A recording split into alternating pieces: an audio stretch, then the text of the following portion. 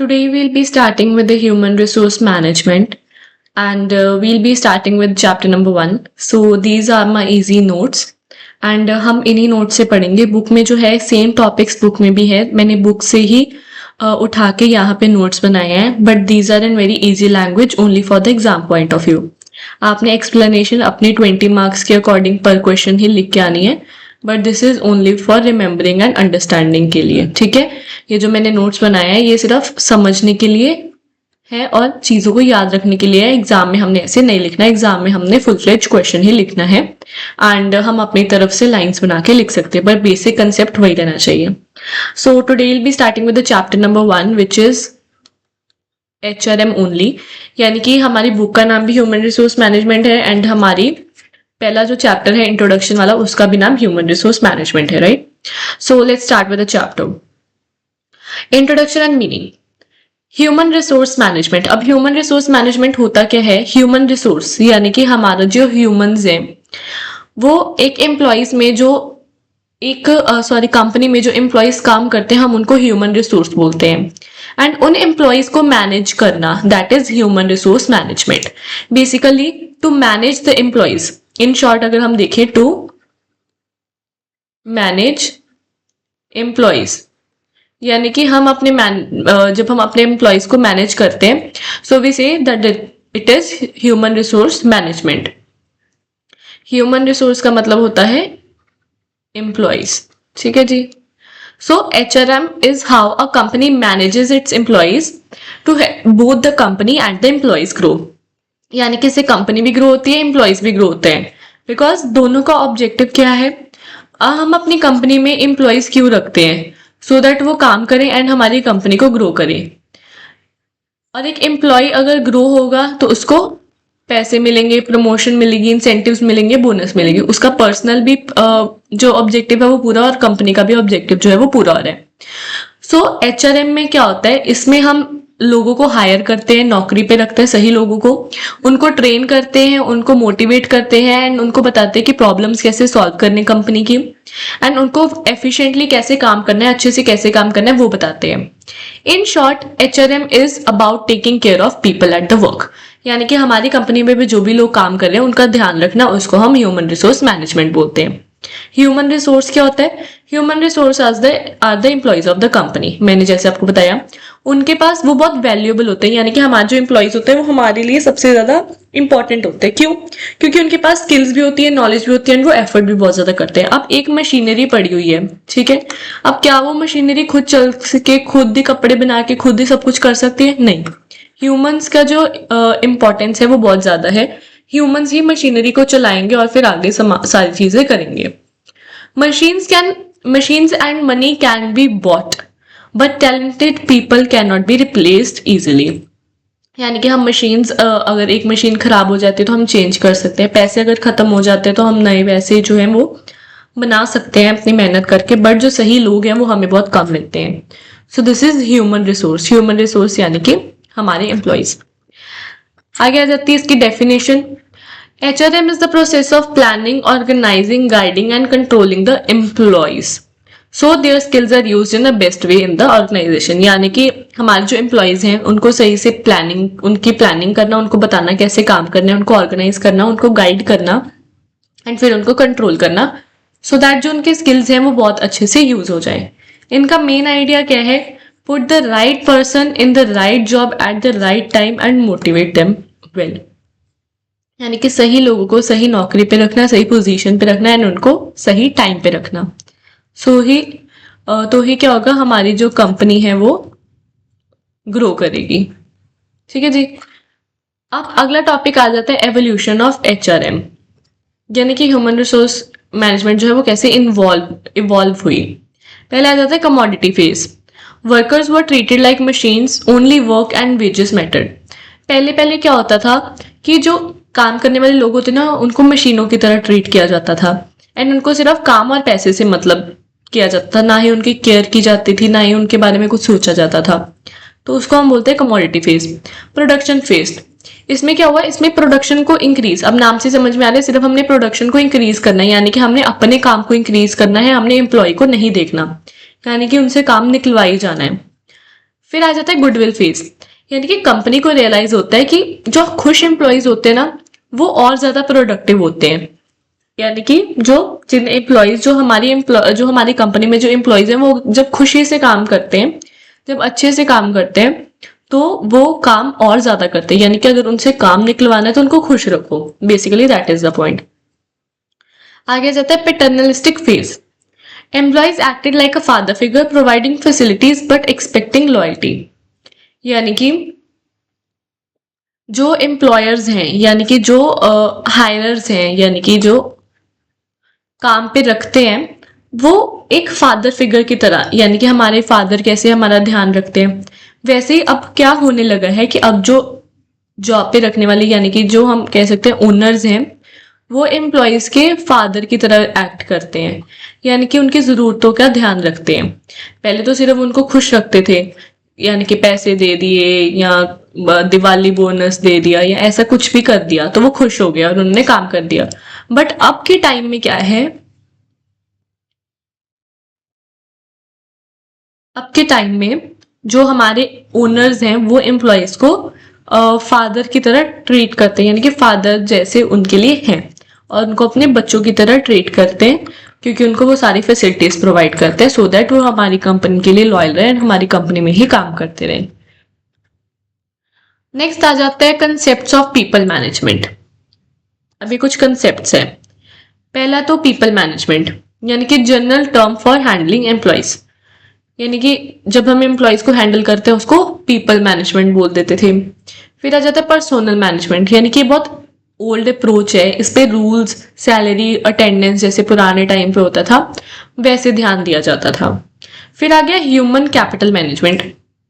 अब इसमें हम बेसिकली क्या करें, हम HRM को कैसे कैसे देखते थे हम उसके बारे में बात करें, यानी कि किन किन प्रोसेसेस, किन किन नामों के बाद HRM आता है। पहले इसको पीपल मैनेजमेंट बोलते थे, फिर पर्सोनल मैनेजमेंट, पर्सोनल एम्प्लॉयज को बोलते हैं, फिर ह्यूमन कैपिटल मैनेजमेंट बोलने लग पड़े और आज हम इसको ह्यूमन रिसोर्स मैनेजमेंट बोलते हैं। पीपल मैनेजमेंट इसलिए बोलते थे बिकॉज हमने ऊपर देखा पहले सिर्फ एम्प्लॉयज को काम करने के लिए रखा जाता, तो हैंडल करने के लिए एम्प्लॉयज को पीपल मैनेजमेंट। पर्सोनल मैनेजमेंट यानी कि जिसपे रूल्स, सैलरी, अटेंडेंस, ये सारी चीजों पे फोकस किया जाए, उसको पर्सोनल मैनेजमेंट, यानी कि एम्प्लॉयज को मैनेजमेंट करना, एम्प्लॉयज को मैनेज करना। नेक्स्ट आ जाता है ह्यूमन कैपिटल मैनेजमेंट, यानी कि एम्प्लॉयज जो है उनको एसेट्स की तरह ट्रीट करना, उनको ट्रेनिंग देना, उनकी डेवलपमेंट करना सो दैट वो हमारी कंपनी को ग्रो करने में हेल्प करें। और आज हम बोलते हैं ह्यूमन रिसोर्स मैनेजमेंट, यानी कि एक मॉडर्न अप्रोच है जिसपे हम एम्प्लॉयज की डेवलपमेंट, एम्प्लॉयज को मोटिवेट करते हैं, उनकी परफॉर्मेंस को देखते हैं, लॉन्ग टर्म ग्रोथ के बारे में देखते हैं।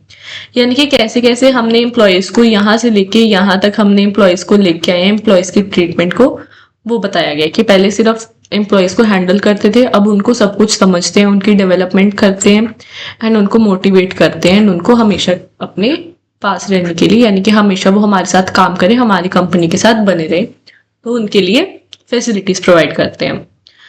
Next topic is nature of human beings in HRM। अब ह्यूमन बींग्स HRM में, यानी कि किसकी बात हो रही है, एम्प्लॉयज की।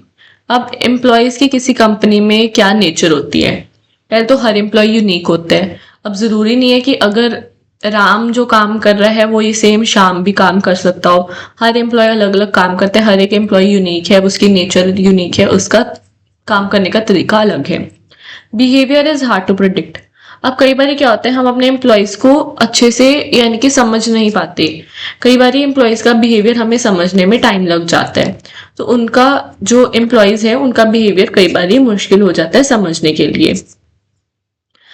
Influenced by family, culture, education and environment, यानी कि कई बार क्या होता है कि जो ह्यूमंस होते हैं वो बहुत ज्यादा वेरियस फैक्टर्स के साथ बने होते हैं, यानी कि कई बार किडनी की नेचर जो होती है वो फैमिली से निकल के आती है, कई बार कल्चर से निकल के आती है, यानी कि उनकी अपब्रिंगिंग, कई बार उनकी एजुकेशन उनको दिखाता है कि कैसे वो एम्प्लॉयज हैं, कई बार उनका आसपास का एनवायरनमेंट उनको उनकी जो है पर्सनैलिटी को वो डेवलप करता है।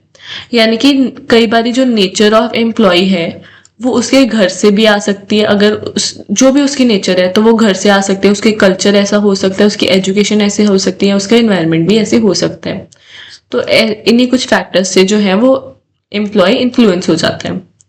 HRM is different from personnel management, यानी कि पर्सोनल मैनेजमेंट, अब हमने ये 2 वर्ड्स पढ़े। यहाँ पे हमने क्या पढ़ा था, पर्सोनल मैनेजमेंट और ह्यूमन रिसोर्स मैनेजमेंट। अब इनमें डिफरेंस क्या है, ये ओल्ड अप्रोच है, ये मॉडर्न अप्रोच है। ओल्ड अप्रोच में क्या होता था, सिर्फ रूल्स, सैलरी, अटेंडेंस के बारे में देखते थे, सिर्फ काम के बारे में देखते थे। पर अब क्या है, डेवलपमेंट के बारे में देखते हैं, मोटिवेशन के बारे में देखते हैं, परफॉर्मेंस के बारे में देखते हैं, लॉन्ग टर्म ग्रोथ के बारे में देखते हैं। तो दोनों चीजों में फर्क है। तो बस वही वो बोल रहे हैं कि पहले कुछ और होता था HRM और अब कुछ और है। Employees have great potential, nature of employees की बात कर रहे हैं तो एम्प्लॉयज अगर हमने रखे हैं तो उनमें पोटेंशियल बहुत ज्यादा होगा। वो अगर हम उनको सही टाइम पे रखें, हमारी कंपनी में सही लोगों को रखें, तो वो हमारी कंपनी के लिए बहुत ज्यादा बेनिफिशियल हो सकते हैं। Skilled employees become more valuable over the time. अब एक हमने एम्प्लॉय नया नया रखा, उसमें स्किल तो है बट उसको काम करने का भी थोड़ा सा तरीका नहीं पता, बिकॉज वो न्यू है इंडस्ट्री में। अब वही स्किल्ड एम्प्लॉय जब कुछ 2-3 साल बाद हम देखेंगे तो वो स्किल्ड एम्प्लॉय इतनी ज्यादा ग्रोथ कर गया होगा कि उसको सब चीजों के बारे में पता होगा, यानी कि हमारी कंपनी का वो वैल्यूएबल एसेट जो है वो बन सकता है। ठीक है जी।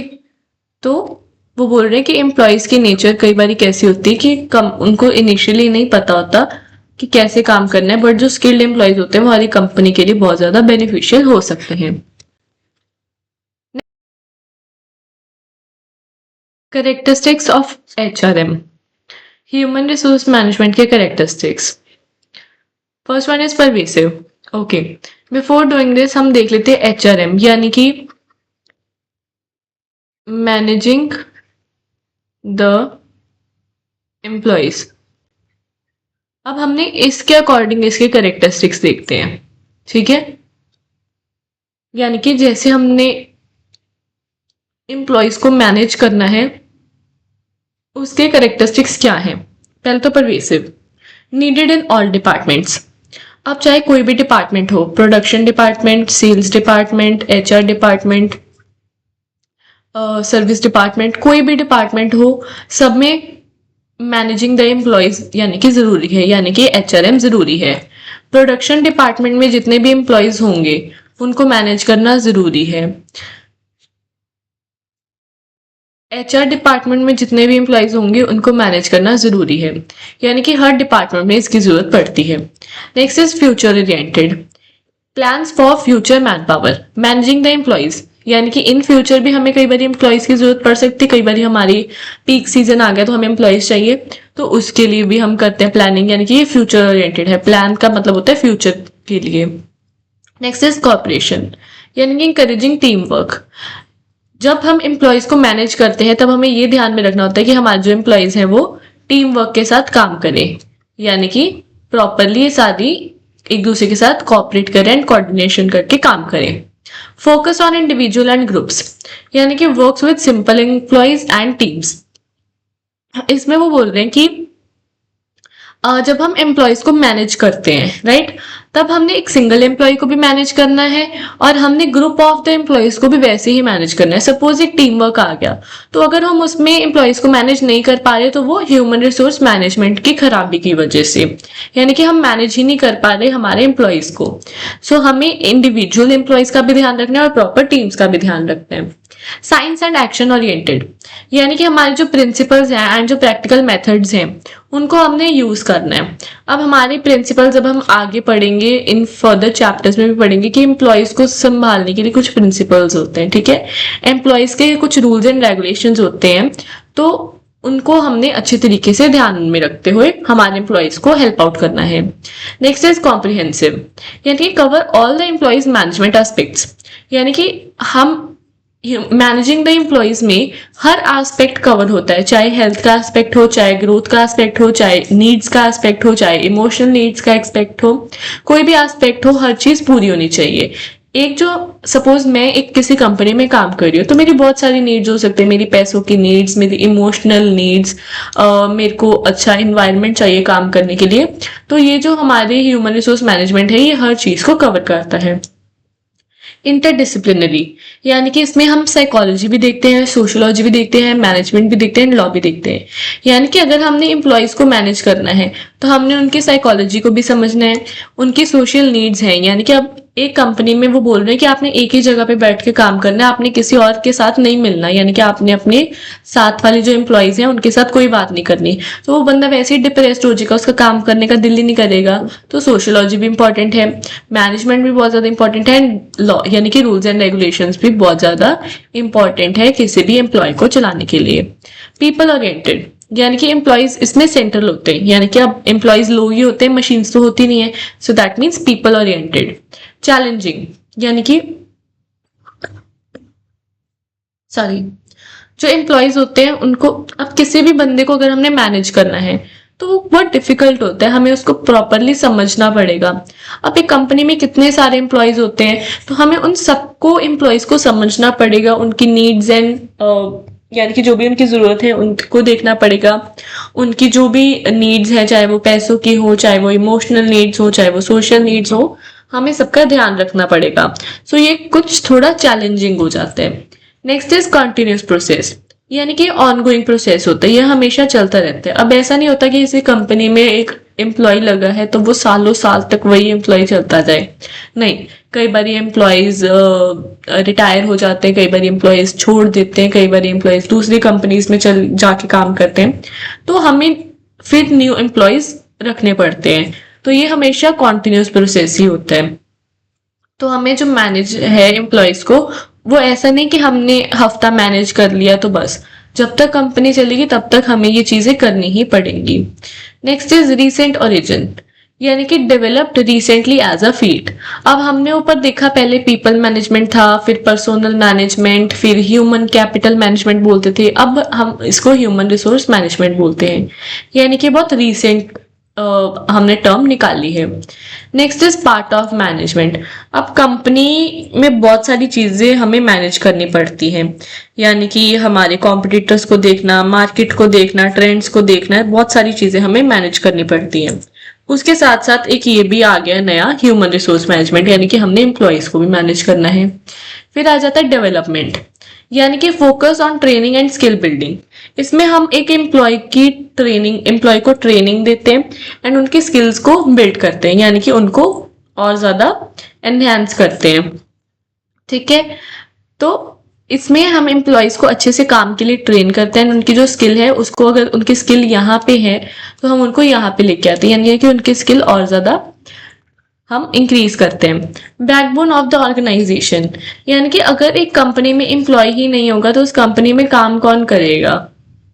ओनर्स काम कर सकते हैं, बट अगर बहुत बड़ी कंपनी है तो फिर सिर्फ एक ओनर क्या कर लेगा? ठीक है, तो हमारे एम्प्लॉयज जो है वो हमारे लिए बैकबोन है एंड बहुत ज्यादा जरूरी है उनको मैनेज करके रखना। टीम स्पिरिट, अब एक कंपनी में बहुत सारे एम्प्लॉयज होते हैं, ठीक है, अब कई बार हमें सबको मिलके साथ में काम करना पड़ता है। अब अगर लड़ाइयां ही होती रहेंगी तो हम कंपनी की ग्रोथ कब करेंगे? तो टीम स्पिरिट बहुत ज्यादा इंपॉर्टेंट होती है। प्रॉब्लम सॉल्विंग, अगर कई बार कोई लड़ाई हो जाती है एम्प्लॉयज के बीच में, अब जहाँ पे लोग हैं वहां पे लड़ाई हो सकती है, वहां पे क्लैशेस हो सकते हैं, बट हमें हर एक को समझना है, प्रॉब्लम्स को सॉल्व करना है। प्रोफेशनल फील्ड, यानी कि ये जो है ह्यूमन रिसोर्स मैनेजमेंट एक प्रोफेशन की तरह माना जाता है, बिकॉज हमें लोगों का ध्यान रखना है, लोगों को मैनेज करना है। सो एक बहुत ज्यादा प्रोफेशनल फील्ड है, इसको हम ऐसे कैजुअली नहीं ले सकते। लास्ट वन है सिक्योरिंग कॉपरेशन, यानी कि एम्प्लॉयज विलिंगली एंगेज्ड, यानी कि अगर एक कंपनी में कोई एम्प्लॉय काम कर रहा है एंड वो जबरदस्ती काम कर रहा है तो कई उसकी जो प्रोडक्टिविटी है वो नहीं निकल के आएगी, यानी कि वो अगर दिल से काम नहीं कर रहा, जबरदस्ती काम कर रहा है, तो वो कभी भी अच्छा काम करके नहीं दे पाएगा। सो इसलिए हमें क्या करना चाहिए, जो एम्प्लॉयज हैं वो अपनी मर्जी से काम करें, यानी कि अपनी मर्जी से खुश होकर काम करें, हमें ऐसा एनवायरनमेंट उनको बना के देना है। सो ये थे कुछ कैरेक्टरिस्टिक्स ह्यूमन रिसोर्स मैनेजमेंट की।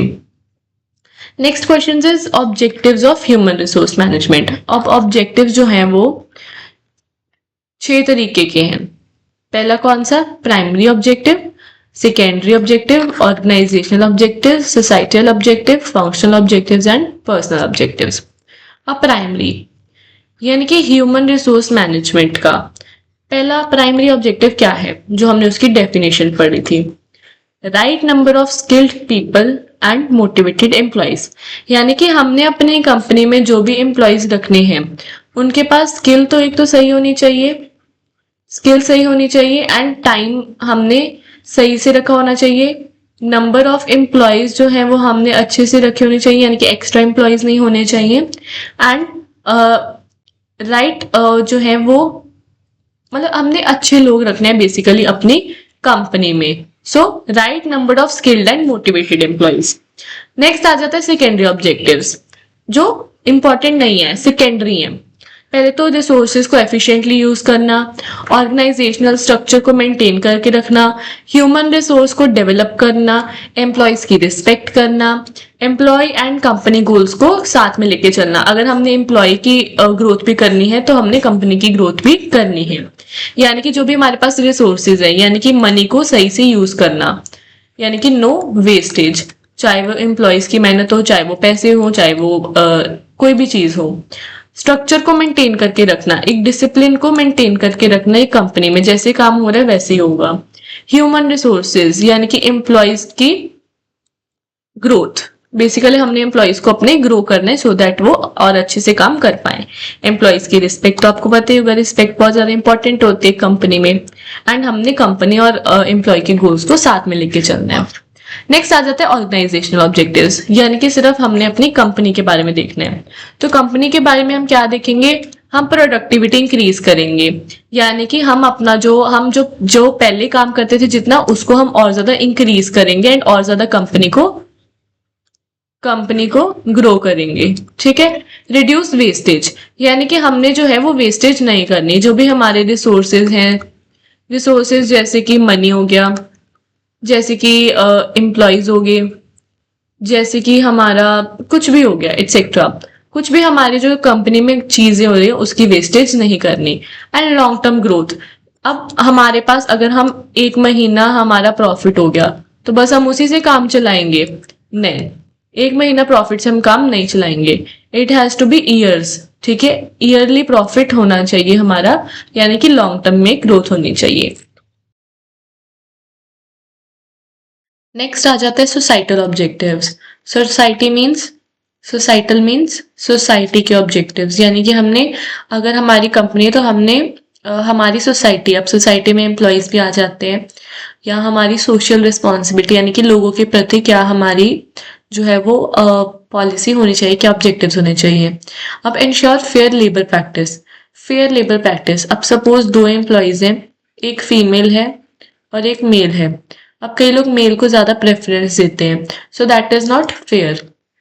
तो हमें क्या जो है वो एम्प्लॉयज के लिए फेयर जो है वो प्रैक्टिस करनी चाहिए। प्रमोट एम्प्लॉय वेलफेयर, हमें एम्प्लॉयज के अच्छे के लिए काम भी करना चाहिए, हमें एम्प्लॉयज को अच्छा एनवायरनमेंट देना चाहिए, एम्प्लॉयज को अच्छी वर्किंग कंडीशंस देनी चाहिए सो दैट वो अच्छे से काम कर पाए। सोशल रिस्पॉन्सिबिलिटी, यानी कि हमें अपनी सोसाइटी के प्रति भी रिस्पॉन्सिबल होना है। नेक्स्ट आ जाता है functional objectives. Functional means on the basis of functions, यानी कि फंक्शंस के, यानी कि जो भी हम काम करते हैं उसके objectives. Make HR functions run smoothly, यानी कि जो एचआर के फंक्शंस हैं, यानी कि जो ह्यूमन रिसोर्स बंदा करता है, वो जो हमारे फंक्शंस हैं, यानी कि जो हमारी एम्प्लॉयज हैं वो जो काम करते हैं उनके जो काम है वो स्मूथली चलाना। Support other departments, and departments को भी अच्छे से मैनेज करके रखना। अगर प्रोडक्शन डिपार्टमेंट है तो प्रोडक्शन डिपार्टमेंट के फंक्शंस को अच्छे से हमने रखना है। Next is personal objectives. Personal यानी कि एम्प्लॉयज को लर्न एंड ग्रो करने में हेल्प करना, यानी कि अपने पर्सनल, यानी कि एम्प्लॉयज की पर्सनल नीड्स क्या है। इनकी पर्सनल नीड्स है ग्रोथ, ठीक है, सेटिस्फैक्शन, ये सब चीजें इनकी बढ़ाना। तो हमें एम्प्लॉयज को और ज्यादा सिखाना है और ज्यादा काम सिखाना है, उनको ग्रो करवाना है, उनकी सेटिस्फैक्शन एंड लॉयल्टी भी उतनी ज्यादा इंपॉर्टेंट है। नेक्स्ट आ जाता है फंक्शंस ऑफ एचआरएम, यानी कि फंक्शंस क्या है ह्यूमन रिसोर्स मैनेजमेंट के। एक आ जाता है मैनेजरियल फंक्शंस, एक आ जाता है ऑपरेटिव फंक्शंस। मैनेजरियल फंक्शंस यानी कि जो भी मैनेजमेंट के काम है, मैनेजमेंट के रिलेटेड जो भी फंक्शंस हैं। प्लानिंग यानी कि हमें फ्यूचर के लिए प्लान करना कि हमें कितने एम्प्लॉयज की जरूरत है। ऑर्गेनाइजिंग एम्प्लॉयज को उनके अपने अपने रूल्स प्रोवाइड करना, प्रोडक्शन में कौन जाएगा, सेल्स में कौन जाएगा, एचआर में कौन जाएगा, उनको अच्छे से ऑर्गेनाइज करना। डायरेक्टिंग यानी कि उनको मोटिवेट करना। कंट्रोलिंग यानी कि उनकी परफॉर्मेंस देखना, और एक्चुअल में हमारा क्या गोल है वो देखना। परफॉर्मेंस वर्सेस गोल, हमारी कंपनी के गोल को अचीव करने के लिए वो काम कर रहे हैं या नहीं वो देखना। कोऑर्डिनेशन यानी कि हार्मनी बना के रखना, यानी कि नो कॉन्फ्लिक्ट्स, यानी कि कोई भी कॉन्फ्लिक्ट का मतलब होता है लड़ाइयाँ, यानी कि कोई भी लड़ाइयाँ नहीं होनी चाहिए, सब एक दूसरे के साथ अच्छे से मैनेजमेंट के साथ काम करने चाहिए। तो ये हो जाते हैं मैनेजमेंट यानी कि मैनेजरियल फंक्शंस। ऑपरेटिव, ऑपरेटिव यानी कि ऑपरेशंस, यानी कि जो काम होते हैं। स्टाफिंग करना एक काम है, इसमें हम लोगों को हायर करते हैं, उनको सिलेक्ट करते हैं, फिर उनकी प्रमोशन करते हैं। ह्यूमन रिसोर्स डेवलपमेंट यानी कि ट्रेनिंग डेवलपमेंट करना, उनको ट्रेनिंग प्रोवाइड करना, उनके स्किल्स को और अच्छे से बढ़ाना। सेफ्टी एंड हेल्थ यानी कि उनको अच्छा इन्वायरमेंट कंडीशंस देना। एचआर रिसर्च यानी कि एम्प्लॉय का बिहेवियर और उसको सेटिस्फाई करना। अब सपोज कोई एम्प्लॉय है and he is very stressed, तो वो किस चीज से स्ट्रेस्ड है, उसको क्या वर्किंग स्ट्रेस है, यानी कि काम के रिलेटेड क्या स्ट्रेस है, उनको अच्छे से मैनेज करना। एम्प्लॉयर एम्प्लॉय रिलेशनशिप यानी कि ओनर और वर्कर का रिलेशनशिप बहुत अच्छा होना चाहिए, सो दैट वो लॉन्ग टर्म के हमारे पास काम कर सके जो एम्प्लॉयज हैं।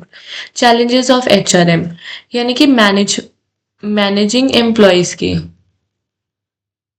मैनेजिंग एम्प्लॉयज के क्या चैलेंजेस हैं, जो हम एम्प्लॉयज को मैनेज करते हैं उनके क्या चैलेंजेस हैं। पहले तो रैपिड टेक्नोलॉजी चेंजेस, अब क्योंकि टेक्नोलॉजी बहुत ज़्यादा चेंजेस आ रही है, मशीनरी बन रही है, तो उससे क्या होता है, उससे उससे क्या होता है, उससे हमारे जो एम्प्लॉयज हैं उनका काम कम हो रहा है, ठीक है, मैन पावर नीड कम हो रही है। तो उनके लिए जो technology, okay, I am sorry, इसमें वो पॉइंट नहीं बता रहे, इसमें वो बता रहे हैं कि अब सपोज टेक्नोलॉजी चेंज हो रही है, यानी कि टेक्नोलॉजी जो है वो बहुत ज़्यादा इंक्रीज हो रही है, तो जो एम्प्लॉयज़ हैं, ठीक है, अब वो एम्प्लॉयज़ को वो टेक्नोलॉजी समझाना थोड़ा सा डिफिकल्ट हो रहा है। इसमें हमने एम्प्लॉयज़ को मैनेज करना है ना, तो हमें एम्प्लॉयज़ को वो टेक्नोलॉजी समझानी पड़ेंगी, तो उसमें थोड़ा सा ये थोड़ी चैलेंजिंग बात है, यानी कि थोड़ी डिफिकल्टी ला रही है। हाई एम्प्लॉय टर्नओवर यानी कि एम्प्लॉय का जो टर्नओवर है बहुत ज़्यादा हाई हो रहा है। रिटेनिंग स्किल्ड एम्प्लॉयज़ यानी कि जो हमारे स्किल्ड एम्प्लॉयज़ है उनको अपने पास रखना। रिटेन मतलब उनको अपनी कंपनी में ही रखे रहना, क्योंकि जो ट्रेंड एम्प्लॉयज़ होते हैं उनको सब चाहते हैं, यानी कि सारे चाहते हैं कि जो भी एम्प्लॉय स्किल्ड है वो हमारी कंपनी में काम करे।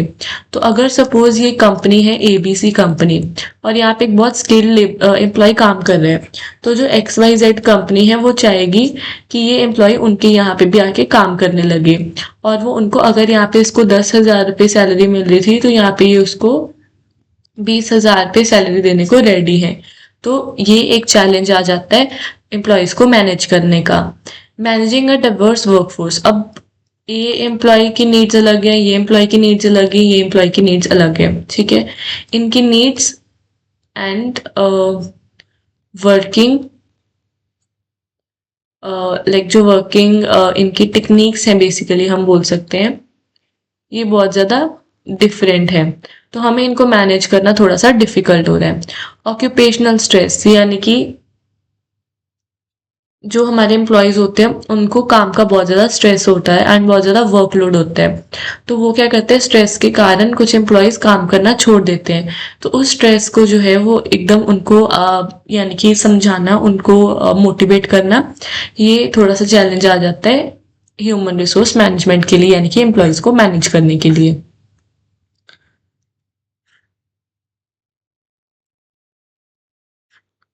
ओके, लीव दिस टॉपिक, ठीक है। नेक्स्ट आ जाता है एसेंशियल HR मैनेजर स्किल्स. अब मैनेजिंग एम्प्लॉयज, जिसका मतलब होता है ह्यूमन रिसोर्स मैनेजमेंट. अब एम्प्लॉयज को मैनेज करने के लिए एक बंदा होगा जिसको हम बोलते हैं HR मैनेजर. यानी कि जो ये करेगा, एम्प्लॉयज को मैनेज करेगा, उसको हम HR मैनेजर बोलते हैं. The person who manages employees is HR manager. Again मैं रिपीट कर रही हूं. The person who manage employees, ठीक है, उसको HR मैनेजर बोलेंगे. अब उसमें कौन कौन सी स्किल्स होनी चाहिए? पहले तो लीडरशिप स्किल्स, यानी कि अगर उसको एम्प्लॉयज को मैनेज करना है तो उसको लीडरशिप होनी चाहिए, सब उसकी बात सुननी चाहिए, उसको डिसीजंस लेने आने चाहिए, उसको लॉज एंड पॉलिसीज के बारे में पता होना चाहिए, वो हमेशा किसी न किसी बात से सीखता रहना चाहिए. यानी कि फॉर एग्जाम्पल है कि एक एम्प्लॉय है, ये किसी बात से स्ट्रेस्ड है, ठीक है, ये बहुत एक बेसिक एग्जाम्पल मैं आपको बता रही हूँ. ये किसी बात से स्ट्रेस्ड है, तो ये सीखना कि इस स्ट्रेस को कैसे कम करना है, जो हमारे सो दैट हमारे एम्प्लॉयज जो है वो अच्छी वर्किंग कंडीशंस में काम करें, हैप्पीली काम करें, सो दैट हमारी कंपनी की ग्रोथ हो. सो ये एक मैनेजर का काम होना चाहिए. उसको कंटिन्यूसली सीखना है चीज़ों से. उसको कम्युनिकेशन स्किल्स अच्छी होनी चाहिए. अगर वो सबसे कम्युनिकेट कर पा रहा है, सबकी बातें समझ पा रहा है, सुन पा रहा है, तो ही वो मैनेजर अच्छा होगा.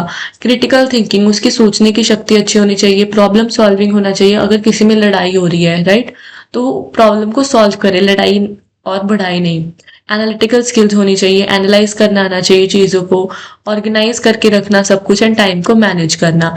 ये सारी स्किल्स होती है ह्यूमन रिसोर्स मैनेजर की. यानी कि जो बंदा एम्प्लॉयज को मैनेज करता है उसको भी ये सारी चीज़ें आनी चाहिए. Personal management versus HRM. Okay.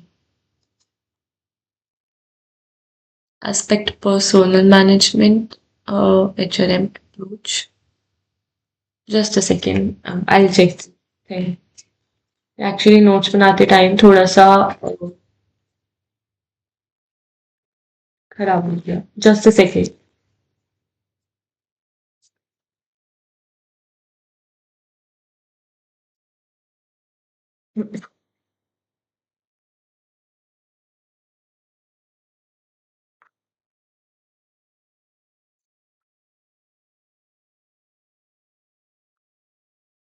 Okay.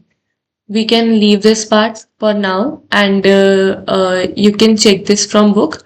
Basically, it's the difference between personal management and human resource management. तो बेसिकली मैं आपको एक बार बता देती हूँ कि ये है क्या. पहले तो पर्सनल मैनेजमेंट का मतलब होता है the aspect of management is that it is concern with the workforce and its a relationship with the entity. और ह्यूमन रिसोर्स मैनेजमेंट का मतलब है focuses on the most effective use of man power and their knowledge to achieve the organisation goals. तो personnel management में वो बोल रहे हैं कि इसमें हमें वर्कफोर्स को देखना है. यानी कि हमें जो है वो हमारे एम्प्लॉयज को और सिर्फ कंपनी को देखना है. बट HRM में हमें जो हमारे एम्प्लॉयज हैं उनको कंपनी के लिए नहीं, उनको उनकी डेवलपमेंट के लिए, उनको गोल्स अचीव करने के लिए ये सारी चीज़ें बतानी है बेसिकली, राइट. एंड जो अप्रोच है, जो पर्सनल मैनेजमेंट है, हमने ऊपर बहुत स्टार्टिंग में पढ़ा था ये दोनों टॉपिक्स, और मैंने आपको बहुत क्लियरली समझाए थे. This one, personal management and human resource management. तो आप इसी से ही बेसिक पॉइंट ऑफ व्यू देख सकते हो कि जो पर्सनल मैनेजमेंट है ये ओल्ड अप्रोच है, ये मॉडर्न अप्रोच है. आप डिफरेंस में ये देख सकते हो. फिर ये फोकस करते हैं रूल्स पे, सैलरी पे, अटेंडेंस पे. पर जो ह्यूमन रिसोर्स मैनेजमेंट है वो फोकस करते हैं डेवलपमेंट पे, मोटिवेशन पे, परफॉर्मेंस पे, ठीक है. और जो हमारा ये होता है पर्सनल मैनेजमेंट, ये जो है वो एक, इसमें जो कम्युनिकेशन है वो इनडायरेक्ट होती है. बट जो ह्यूमन रिसोर्स मैनेजमेंट में है इसमें कम्युनिकेशन एकदम डायरेक्ट होती है. जो हमारा पर्सोनल मैनेजमेंट है, क्योंकि ओल्ड अप्रोच है, इसमें रूल्स एंड रेगुलेशंस होते हैं, तो इसमें जो हमारा डिसीजन मेकिंग है वो बहुत ज़्यादा स्लो होता है। बट जो हमारा ह्यूमन रिसोर्स मैनेजमेंट है ये एकदम फास्ट एंड एकदम क्विक होता है। ठीक है, तो ये सारे आप नॉर्मल डिफरेंसेस आप लिख सकते हो। ठीक है, नेक्स्ट आ जाता है कंक्लूजन। कंक्लूजन में वो बोल रहे हैं कि ह्यूमन रिसोर्स मैनेजमेंट जो है वो एक ऑर्गेनाइजेशन की बैकबोन है। अगर इन एम्प्लॉयज ही नहीं होंगे, एम्प्लॉयज को अच्छे से मैनेज ही नहीं किया जाएगा, एम्प्लॉयज को अच्छे से हायर ही नहीं किया जाएगा, तो उसका कोई पॉइंट ही नहीं है कंपनी के ग्रो होने का। तो अच्छे से रिक्रूटमेंट होनी चाहिए, एम्प्लॉयज की डेवलपमेंट होनी चाहिए, उनको मोटिवेट करना है, उनको अपने पास रिटेन करके रखना है, यानी कि हम अपनी कंपनी में लंबे समय तक काम करवाना है। मशीन्स रिप्लेस हो सकती हैं, बट जो हमारे एम्प्लॉयज हैं जो कि बहुत स्किल्ड हैं वो इजिली रिप्लेस नहीं किए जा सकते। मेजर चैलेंजेस क्या आते हैं हमारी जो है इंडिया में? पहले तो स्किल्ड टैलेंट नहीं है हमारे पास, स्किल्ड एम्प्लॉयज नहीं है हमारे पास, जो लोग हैं उनको स्किल्स नहीं आती अच्छे से। एम्प्लॉयज वांट मोर सैलरी, यानी कि उनको सैलरी ज़्यादा चाहिए, बट उनको ग्रोथ नहीं चाहिए अपनी, उनको सैलरी ज़्यादा चाहिए। पुअर वर्क लाइफ बैलेंस, वो अपनी वर्क लाइफ को अच्छे से बैलेंस नहीं कर पाते कई बार। ये होस्टाइल एम्प्लॉय मैनेजमेंट रिलेशनशिप, यानी कि जो एम्प्लॉय और एक मैनेजमेंट का रिलेशनशिप है वो इतना अच्छा कई बार नहीं होता, यानी कि कॉन्फ्लिक्ट्स चलते रहते हैं, लड़ाइयाँ चलती रहती हैं। हम अपने एम्प्लॉयज़ को रिवॉर्ड्स एंड प्रमोशन नहीं देते, इसलिए उसका काम करने का मन भी नहीं करता। एग्जैक्ट क्रेटेड क्वालिफिकेशंस, यानी कि जो क्वालिफिकेशंस हैं वो बहुत ज़्यादा एग्जैक्रेटेड है। डिफिकल्टी रिटेनिंग एम्प्लॉयज़, यानी कि हम अपने एम्प्लॉयज़ को लंबे समय तक नहीं रख पाते। एम्प्लॉयज़ जो है वो हमारी कंपनी छोड़ के दूसरी कंपनी में भी कई बार जा सकते हैं। वीक ग्रेवियंस सिस्टम, हमारा ग्रेवियंस सिस्टम बहुत ज़्यादा वीक है। Lack of encouragement for new ideas, अब क्योंकि जो हमारे एम्प्लॉयज़ हैं उनमें इतने अच्छे आइडियाज़ नहीं होते। मैं 9th पॉइंट यहाँ पे लिख देती हूँ, lack of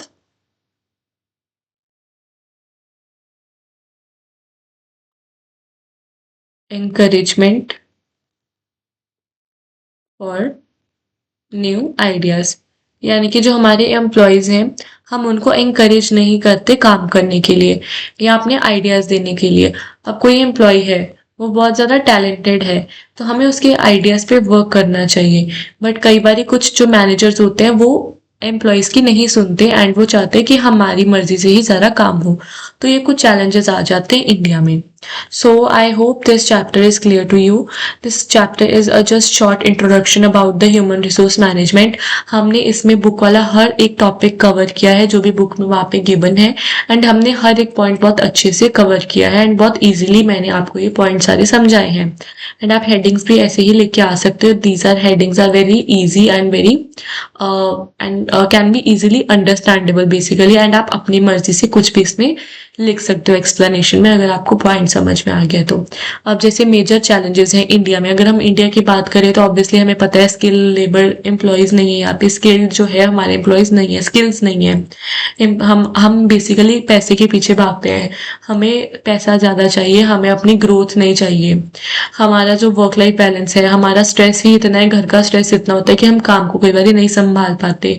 हमारे लिए प्रमोशंस, हमारे यहाँ पे कंपनीज में प्रमोशंस बहुत कम होती है, रिवॉर्ड्स बहुत कम देते हैं।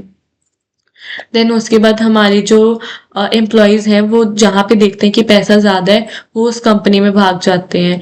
फिर हम अपने एम्प्लॉयज़ के जो हैं वो आइडियाज़ भी नहीं सुनते। हमारे जो लाइक जो मैनेजर्स होते हैं या हमारे जो काम करने वाले कुछ सुपीरियर एम्प्लॉयज़ होते हैं वो चाहते हैं कि हमारी ही बात सुनी जाए, हम और किसी की बात नहीं सुनेंगे। सो वो एक